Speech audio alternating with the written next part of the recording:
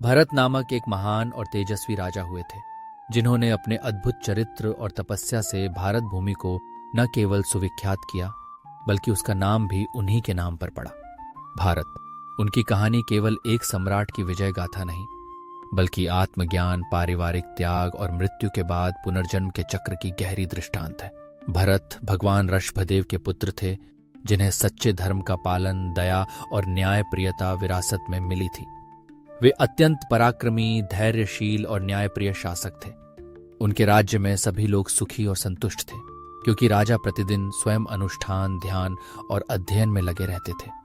उन्होंने अपने साम्राज्य का सुचारू रूप से संचालन किया, किंतु राजपाट में अति आसक्ति न रखते हुए उन्होंने युवावस्था में ही अपने पुत्र को गद्दी सौंपकर वन में तपस्या का जीवन स्वीकार कर लिया। वन में भरत ने योग और भक्ति के माध्यम से परमात्मा को पाने का संकल्प लिया। एक दिन उन्होंने एक घायल मृग शावक को देखा और उसका पालन पोषण करने लगे। धीरे धीरे भरत का मन उस मृग शावक में ऐसा रमता गया कि उनका ध्यान ईश्वर से हट गया। मृत्यु के समय भी उनका चित्त उसी मृग शावक में रहा, जिसके कारण वे अगले जन्म में मृग के रूप में जन्मे। किंतु मृग रूप में रहते हुए भी उन्हें अपने बीते जन्म का बोध बना रहा, और आगे के जन्म में वे जड़भरत नामक ब्राह्मण बने। इस जीवन में जड़भरत ने सांसारिकता को अस्वीकार कर पूर्ण वैराग्य के साथ निर्लिप्त भाव अपनाया। उनका व्यवहार लोगों को अजीब लगता था, परंतु वे भीतर से परमात्मा के साक्षात्व को प्राप्त कर चुके थे।